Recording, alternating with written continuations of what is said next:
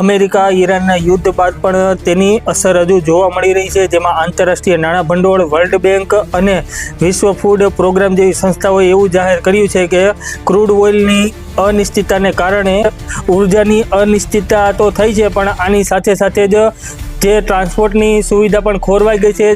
આવતા સમયની અંદર અનાજ કઠોળના ભાવ પણ વધવાની આશંકા તેમાં દર્શાવવામાં આવી છે, જેમાં મોંઘવારીનો હજુ પણ વધારો થશે તો આ મોંઘવારી ગરીબોને એવો માર મારશે કે જેમાં ગરીબ માણસોને આ સમયની અંદર પોતાનું જીવન ચલાવવા માટે પણ બહુ જ મુશ્કેલી પડવાની છે. જેમાં તમે અમુક મુદ્દાઓને ખાસ ધ્યાન રાખજો. ગેસ સિલિન્ડરનો ભાવ જે પહેલાં 450 થી 500 રૂપિયા હતો તે અત્યારે 900 ને પાર પહોંચ્યો છે. આ સિવાય જે પેટ્રોલ હતું, પેટ્રોલ ડીઝલનો ભાવ જે 50 થી 60 રૂપિયામાં હતું તે અત્યારે 100 રૂપિયાની આજુબાજુ આપણને મળે છે. લોકોની આવકમાં કોઈ ખાસો ફરક પડ્યો નથી. અને આવા જ વિડીયો માટે અમારી ચેનલને સબસ્ક્રાઈબ કરો, વિડીયો ગમ્યો હોય તો લાઈક કરો અને મિત્રો સાથે પણ શેર કરો.